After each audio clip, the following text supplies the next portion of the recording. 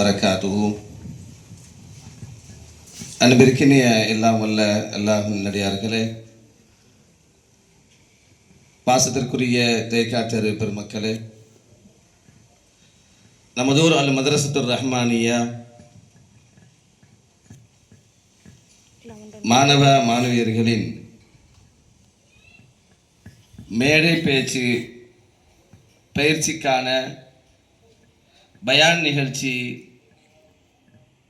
அல்லாஹ்வின் கிருபையால் இன்ஷா அல்லாஹ் இன்று இவ்வாரம் முதல் தொடர்ச்சியாக நடைபெற இருக்கிறது. இந்த நிகழ்ச்சி நம்முடைய குழந்தை செல்வங்கள் எதிர்காலத்தில் மேடை பேச்சில் எந்த ஒரு தயக்கமும் பதற்றமும் இன்றி பேசுவதற்கான வாய்ப்பை ஏற்படுத்துவதன் நோக்கம்தான் இதன் நோக்கம். வேறு எந்த விதமான நோக்கத்திற்கும் இந்த பயான் நிகழ்ச்சி ஆரம்பம் செய்யப்படவில்லை என்பதை இந்த நல்ல நேரத்தில் தெரிவித்துக் கொண்டு, இந்த நிகழ்ச்சியில் ஆரம்பமாக நமதூர் அல் மதரசத்துர் ரஹ்மானியாவின் பெண்கள் பிரிவில் பாசத்திற்குரிய மாணவி ஹதீஜா பின்தி சம்சுத்தீன் டைக்கா தெரு, இந்த மாணவி செல்போனும் சீரழிவும் என்ற தலைப்பில் உங்களுக்கு மத்தியில் உரை நிகழ்த்த இருக்கிறார்.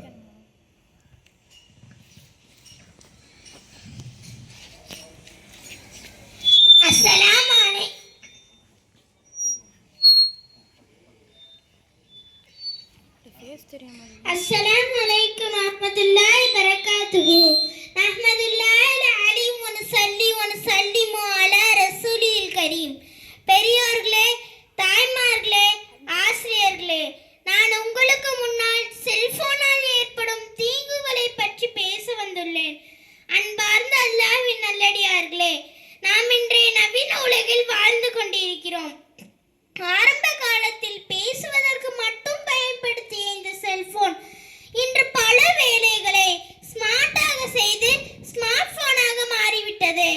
ஒவ்வொரு மனிதனும் காலை எழுந்தது முதல் இரவு தூங்கும் வரை அந்த செல்போனை தான் பார்த்து கொண்டிருக்கிறான். அந்த அளவிற்கு செல்போன் நம்மிடம் ஒன்றி போய்விட்டன. எந்த அளவிற்கு என்றால், மனிதன் இரவு தூங்கி காலை எழுந்ததும் பல் தேய்க்கிறானோ இல்லையோ, செல்போனை எடுத்து தேய்த்து கொண்டிருக்கிறான். இன்னும் சொல்ல வேண்டுமானால், செல்போன் செல்ல பிராணியை போன்று மனிதர்களிடத்தில் ஒன்றி போய்விட்டன. 10 ரூபாய் பல்குச்சி முதல் பல ஆயிரம் மதிப்புள்ள பொருட்கள் வரை இந்த செல்போனில் ஆர்டர் செய்து வீட்டிலேயே இருந்து பெற்றுக் கொள்கின்றான். இன்னும் பச்சிளம் குழந்தை முதல் பல் போன கிழவன் கிழவி வரை இந்த செல்போன் தங்களுடைய சிறு வயதை, இளமையை, முதுமையை வீணாக கழித்து கொண்டிருக்கிறார்கள். ஆரம்ப காலங்களில் குழந்தைகள் அழும் பொழுது அவர்களுக்கு ஏதாவது தாலாட்டு பாடல்களை பாடி அவர்களை தூங்க வைத்த காலம் போய், இன்றைக்கு அந்த குழந்தைகள் அழும் குரல் கேட்ட மாத்திரத்தில் கையில் செல்போனை கொடுத்து அழுவதை நிறுத்தி விடுகின்றோம். ஆனால் அன்றைய காலத்தில் குழந்தைகள் அழும் பொழுது அவர்களுக்கு ஏதாவது ஒரு விளையாட்டை காட்டி, அவர்களுக்கு மூளைக்கு வேலை செய்யக்கூடிய விளையாட்டை காட்டி கற்றுக் கொடுத்து அவர்களை வளர்த்து காலம் காணாமல் போய்விட்டது என்று சொல்லலாம். இன்றைக்கு குழந்தை எதன் மீது பிரியம் வைத்திருக்கிறதோ இல்லையோ, செல்போன் மீது பிரியம் வைத்து தன்னுடைய வாழ்நாளை வீணடித்துக் கொண்டிருக்கிறது. இதற்கு பெற்றோர்களே முழு முதற் காரணம். ஆண்களும் பெண்களும் கையில் போனும் காதில் இயர்பட்ஸும் வைத்து கொண்டு வருவதை பார்க்க முடிகிறது. ஏழை குடும்பத்து பிள்ளைகள்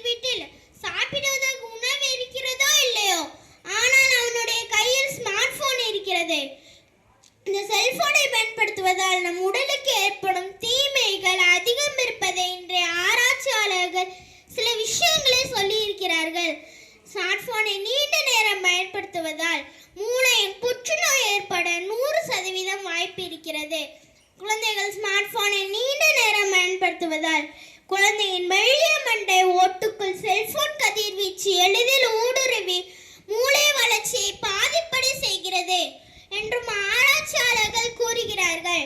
அதுவெல்லாம் ஒரு புறம் இருக்க, உண்மையான தீங்கு என்று பார்த்தால் இந்த ஸ்மார்ட் போன் என்றைக்கு நம் கையில் வந்தோ அன்றிலிருந்து நாம் குர்ஆன் ஓதுவதை விட்டும் தூரமாகிவிட்டோம். கடமையான தொழுகை தொழுவதை விட்டும் தூரமாகிவிட்டோம். சுன்னத்தான நோன்பு போன்ற வணக்கங்களை விட்டும் தூரமாகிவிட்டோம். மதரசா செல்வதை விட்டுவிட்டோம். பள்ளி படிப்பை விட்டுவிட்டோம். பெற்றோருக்கு உபகாரம் செய்வதிலிருந்து தூரமாகிவிட்டோம். வீட்டிற்கு சொந்தக்காரர்கள் யாராவது வந்தால் அவர்களுக்கு உபகாரம் செய்வதிலிருந்து தூரமாகிவிட்டோம். சொந்த பந்துகளிலிருந்து விலகி தூரமாகிவிட்டோம். குறிப்பாக நம்முடைய குடும்பத்தார்களிலிருந்து விலகிவிட்டோம். இவை அல்லாஹ்வின் நல்லடியார்களை செல்போன் மூலம் ஏற்படும் தீங்குகளை நம்மையும் நம் குடும்பத்தையும் நம் குழந்தைகளையும் பாதுகாப்போம். எனவே அல்லாஹ் தௌஃபீக் செய்வானாக. ஆமீன் என்று கூறி எனது வார்த்தைகளை நிறைவு செய்கின்றேன். அஸ்ஸலாமு அலைக்கும் ரஹ்மத்துல்லாஹி பரகாத்துஹு. வலைக்கும் அஸ்ஸலாம் வரஹ்மத்துல்லாஹ் பாரக்கல்லா. அல்லாஹ் பரக்கத் செய்வானாக. அல்ஹம்துலில்லாஹ். இந்த மாணவி ஹதீஜா பின்டி சம்சுத்தீன் அவர்கள் பேசும் பொழுது ஒரு அருமையான தகவலை நம்மளுக்கு சொல்லியிருக்கின்றார். கடந்த காலங்களில் மனிதர்களுடைய கையில் செல்போன் என்பது இல்லாமல் இருந்த காலம். அதுவெல்லாம் மாறிப்போய் இன்றைக்கு அனைவருடைய கைகளிலும் என்றைக்கு செல்போன் வந்ததோ அன்றிலிருந்து இன்று வரை நம்மை விட்டும் ஏராளமான நிகழ்வுகள் தூரமாகிவிட்டன என்பதை தெளிவாக நமக்கு எடுத்துரைத்திருக்கின்றார். அல்லாஹு தஆலா இது போன்ற தீயவைகளை விட்டும் பாதுகாத்து அல்லாஹ் ரசூல் சொன்ன வழியில் நம்முடைய வாழ்க்கையை அமைத்துக் கொள்வதற்கான வாய்ப்பை ஏற்படுத்தி கொள்ள அல்லாஹ் தௌஃபீக் செய்வானாக. அடுத்ததாக உரையாடல். தைக்கா தெருவை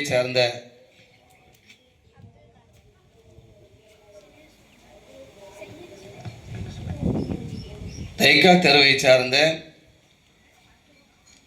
ஏ சமீரா பின்டி அப்துல் காதர், பெரிய தெருவை சார்ந்த எஸ் முபீனா சையது சுலைமான் பின்டி சையது சுலைமான் ஆகிய இருவரும் புர்காவும் டீன் ஏஜ் பெண்களும் என்ற தலைப்பில் உரையாடல் நிகழ்த்த வந்திருக்கிறார்கள்.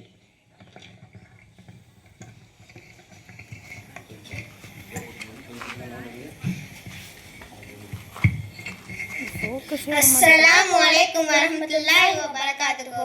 Hi Mubina, how are you? எப்படி இருக்க? நல்லா இருக்கியா? உன்னை பார்த்து எத்தனை நாள் ஆச்சு? உங்க வீட்டில் எல்லாரும் நல்லா இருக்காங்களா? அல்ஹம்துலில்லாஹ், நான் நல்லா இருக்கேன். எங்க வீட்டில் எல்லாரும் நல்லா இருக்காங்க. நீ எப்படி இருக்க? அது சரி, அஸ்ஸலாமு அலைக்கும் அப்படின்னு சலாம் சொல்லி ஆரம்பிச்சா எவ்வளோ நல்லா இருக்கும். இந்த உலகத்திலேயே அழகான வாழ்த்தும் அருமையான காணிக்கையும் அதுதானப்பா. அது சரி இருக்கட்டும், வெளியில வரும்போது ட்ரெஸ் போட்டு வந்திருக்க, புர்கா போடலாம்ல? அது என்னமோ தெரியலப்பா, புர்காவை பார்த்தாலே பிடிக்கிறது இல்லை. அதை போட எனக்கு ஒரு மாதிரியா இருக்கு. என்னப்பா இப்படி சொல்லிட்ட? நம்ம இஸ்லாமிய பண்பாடே இதுதானே. நம்ம மார்க்க பெண்கள் இப்படிதானே ட்ரெஸ் போட சொல்லுது. இதானே பாதுகாப்பாக இருக்கும். அதெல்லாம் சரிதான், இருந்தாலும் எனக்கு என்னமோ தெரியல, இந்த ஃபர்தா மேல இஷ்டமே இல்லை. ஏன்பா அப்படி சொல்ற? வீட்ல எவ்வளவோ ட்ரெஸ் இருக்கு, விதவிதமா சாரி இருக்கு, ரகரகமா சுடிதார் இருக்கு, டி ஷர்ட் இருக்கு. அதெல்லாம் இப்படி போட்டு வந்தாதான் நான் பார்க்க நல்லா இருக்கும். இப்படி இழுத்து மூடிட்டு வந்தா நம்ம போட்டிருக்க ட்ரெஸ் எப்படி மற்றவங்களுக்கு தெரியும்? ஏன்பா, நம்ம போடுற ட்ரெஸ் வெளியே காட்டுறதுக்கு இல்லை, நம்ம உடம்ப மறைக்கிறதுக்கு தான். என்னப்பா நீ அந்த காலத்திலே இருக்க? அந்த காலத்துல தான் இப்படி சொல்லிட்டு இருந்தாங்க. இப்போ நம்ம 2K கிட்ஸ்ல இருக்கோம். இப்போ உடம்ப மறைக்கணும், அதை மறைக்கணும், இதை மறைக்கணும்னு சொல்லிட்டு இருக்க. இந்த புர்கா தான் நல்லாவா இருக்கு? இப்படி ட்ரெஸ் போட்டாதான் பார்க்க நல்லா இருக்கு. அது மட்டும் இல்லாம இன்னைக்கு இதான் ஃபேஷன். உனக்கு ஃபேஷன் முக்கியமா இல்லை நம்ம மார்க்கம் முக்கியமா? மார்க்கம் முக்கியம்தான். இங்க பாரு, ஒவ்வொருத்தங்களும் என்ன அழகா ட்ரெஸ் போட்டு கல்யாணத்துக்கு போட்டோக்கு போஸ்ட் கொடுக்குறாங்க. அதுக்கெல்லாம் நாமளும் இப்படி ட்ரெஸ் போட்டாதானே ஜாலியா என்ஜாய் பண்ண முடியும். இப்படி புர்கா போட்டு வந்தா என்னதான் பண்ண முடியும்? சரிப்பா, கல்யாணங்களை ட்ரெஸ் போட்டு வந்தா நல்லா தான் இருக்கும். ஆனா நம்ம மார்க்கம் அப்படி சொல்லையே. நம்ம மார்க்க பெண்கள்னா அடக்க ஒழுக்கமா இருக்கணும், தன் உடலை முழுமையாக மறைக்கணும், நம்ம அழகை அந்நியர்களுக்கு காட்ட கூடாது, அந்நியர்கள் பார்த்து ரசிக்கிற மாதிரி இருக்கக்கூடாதுன்னு சொல்லியிருக்கே, தெரியும் தானப்பா? நீ சொல்ற எல்லாம் சரிதான். நாம கருப்பா அசிங்கமா இருந்தா புர்கா போட்டு மறைக்கலாம். நாம தான் சிவப்பா அழகா இருக்கிறோமே, பின்ன ஏன் புர்கா போடணும்? பார்த்து ரசிக்கத்தானே. ஆமா ரசிக்கதான், ஆனா யார் ரசிக்க? கண்டவன் எல்லாம் கண்டு ரசிக்கவா? கட்டிய கணவன் கண்டு ரசிக்க மட்டும்தான் இந்த அழகு. கண்டவனுக்கெல்லாம் அழகை காட்டவா ஆண்டவன் படைச்சான்? அன்னை பாத்திமா நாய்க்கு இல்லாத அழகா? அவங்க என்ன இப்படி அலைஞ்சாங்க? வீட்டில் கணவர் கண்ணுக்கு மட்டும் அழகாய் காட்சி தந்தாங்க. வெளியில யாருக்கும் தெரியாத அளவுக்கு கடினமான ட்ரெஸ் போட்டு இருந்தாங்க. அன்று குமரி கூட கிழவி போல நடமாடி பெண்ணினத்திற்கு பெருமை சேர்த்தாங்க. இன்று கிழவி கூட மேக்கப் போட்டு குமரி போல நடமாடுது. கால கொடுமை. நபி ஸல்லல்லாஹு அலைஹி வஸல்லம் அவர்கள் மெஹராஜுக்கு போனப்ப நரகத்தில் ஒரு காட்சியை கண்டாங்க. சில பெண்கள் அவர்களுடைய 2 கால்களுக்கு இடையில் நெருப்பு மூடப்பட்டு உடல் உறுப்புகள் எல்லாம் உருகி ஓடிக்கொண்டிருந்தது. இவர்கள் யார்? ஏன் வேதனை செய்யப்படுகிறார்கள் என்று நபி அவர்கள் கேட்டதற்கு, இவர்கள் தான் அந்நியார்கள், தங்களை பார்ப்பதற்காக அலங்கரித்துக் கொண்டவர்கள் என்று சொல்லப்பட்டது. அது மட்டுமா?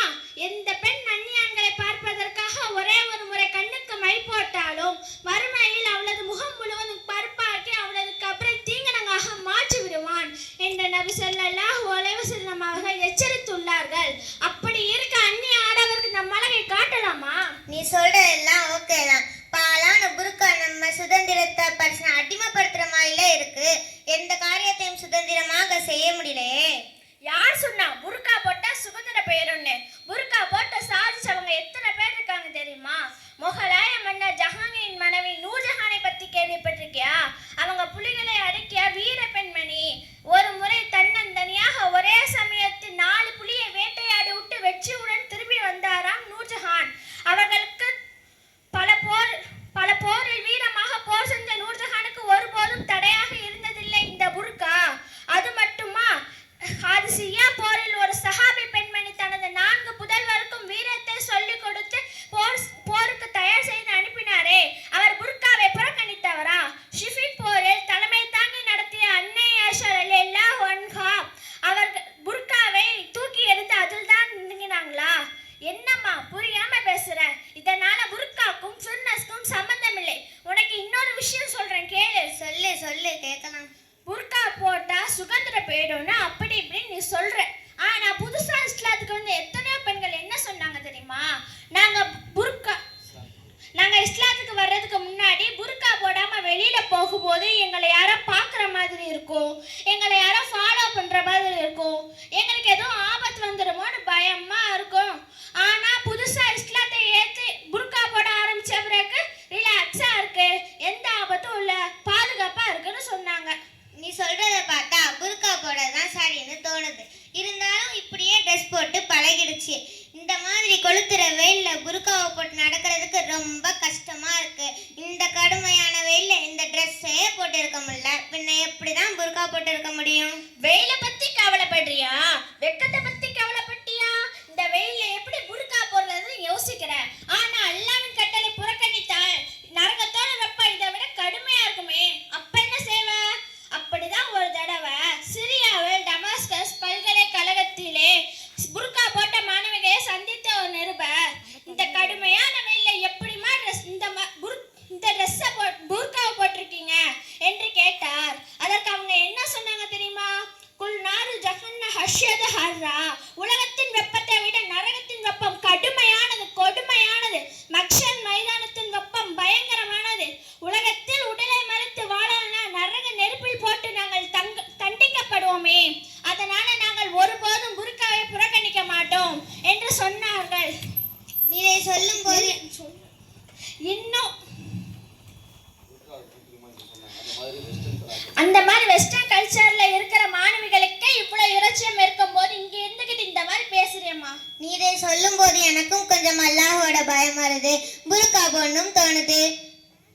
இருந்தாலும் இப்படியே ட்ரெஸ் போட்டு பழகிடுச்சு, புதுசா போட ஒரு மாதிரியா இருக்கு, அதான் வேற ஒண்ணும் இல்ல.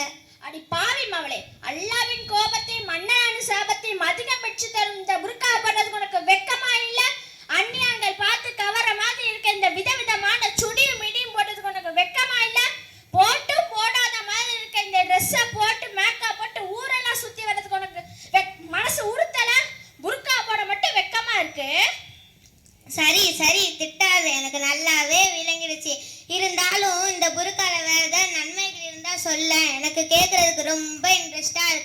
நம்ம ஊர் ஆத்தூர் மக்களும் புரிஞ்சுக்கிடுவாங்க. என்ன இப்படி கேட்டுட்ட? இந்த புர்கால எவ்வளோ நன்மைகள் இருக்கு தெரியுமா? அதுல ஒரு முக்கியமான நன்மையை சொல்றேன், கேளு. சொல்லு சொல்லு பார்க்கலாம். இந்த புர்கால தான் நம்ம பெண்களுக்கு பாதுகாப்பு இருக்கு. இன்னைக்கு 50 நிமிடங்களுக்கு ஒரு பெண் மானபங்கப்படுத்தப்படுகிறார். அப்படியானால் ஒரு நாளைக்கு 25 பெண்கள் இந்தியாவில் மான மரியாதையை இழக்கிறார்கள். இதுக்கெல்லாம் அடிப்படை காரணம் என்ன? நம்ம போடுற ட்ரெஸ் தான். 2003 ஜெர்மனியில் மட்டும் 8000 பெண்கள் இஸ்லாத்துக்கு வந்தார்கள். நீங்கள் களிமா சொன்னதற்கு என்ன காரணம் என்று கேட்கப்பட்டது. அதற்கு அவங்க என்ன வாக்குமூலம் கொடுத்தாங்க தெரியுமா? மேற்கத்திய கலாச்சாரம் எங்களை சீரழித்து விட்டது. அதனால் எங்களுடைய மான மரியாதை இழத்து மன அமைதியை துளைத்து அணுவா செத்து கொண்டிருந்தோம். ஆனா இந்த இஸ்லாத்தை ஏற்று புர்கா போட ஆரம்பிச்ச பிறகு பாதுகாப்பு கிடைத்து விட்டது, கண்ணியமும் கிடைத்து விட்டது என்று சொன்னார்கள். அடடா, புர்காவில் இவ்வளவு நன்மைகள் இருக்கிறதா? இது தெரியாமல் நான் இவ்வளவு நாள் இருந்துட்டேனே. புர்காவை விரும்பி பல பெண்கள் இஸ்லாத்தை இணையும் போது முஸ்லிமாக பிறந்த நான் புர்கா அணியாமல் இருக்கலாமா? இதோ இப்போதே சென்று இந்த கன்றாவி எல்லாம் கழட்டிவிட்டு கண்ணியமான புர்காவை அணிய போகிறேன். அப்படியா? ரொம்ப ரொம்ப சந்தோஷம். இன்ஷா அல்லாஹ் இனிமே நாமும் திருமண போன்ற நிகழ்ச்சிகளில் சேலைகளையும் நகைகளையும் காட்டி தங்கள் சுயமரியாதை இழக்காமல் கண்ணியமான புர்கா அணிந்து வருவோம். அல்லாஹ் நம்ம அனைவருக்கும் ஒழுக்கமான வாழ்வை தருவானாக. அஸ்ஸலாமு அலைக்கும் வரஹ்மத்துல்லாஹி வபரகாத்துஹு. வலைக்கும் அஸ்ஸலாம் வரஹ்மத்துல்லாஹி வபரகாத்துஹு. அல்ஹம்துலில்லாஹ், மிகச் சிறப்பான ஒரு உரையாடலை